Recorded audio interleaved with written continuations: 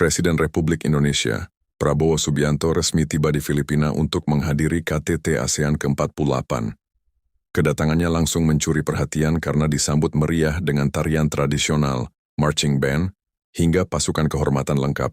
Kamis siang 7 Mei 2026, pesawat yang membawa Presiden Prabowo mendarat di Benito Ebuen Air Base tepat pukul 14.30 waktu setempat. Begitu turun dari pesawat, suasana penyambutan terlihat sangat megah.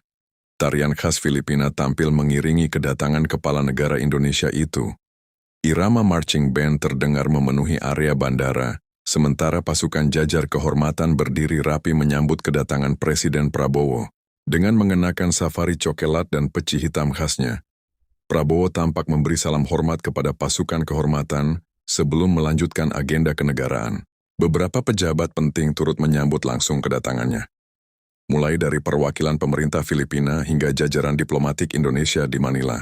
Namun ada satu hal yang ikut mencuri perhatian publik. Presiden Prabowo menggunakan kendaraan maung putih, mobil buatan Indonesia, selama menjalani agenda di Filipina.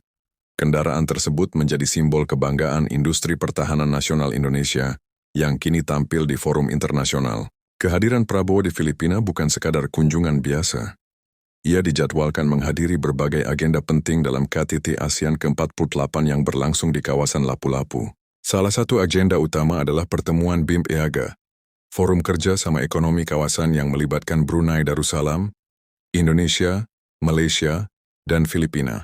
Dalam forum ini, para pemimpin negara ASEAN akan membahas penguatan konektivitas antar negara, kerjasama ekonomi regional, hingga strategi menghadapi tantangan global. Tak hanya itu, isu besar seperti ketahanan energi dan dinamika geopolitik kawasan juga menjadi fokus pembahasan penting dalam pertemuan tingkat tinggi tersebut.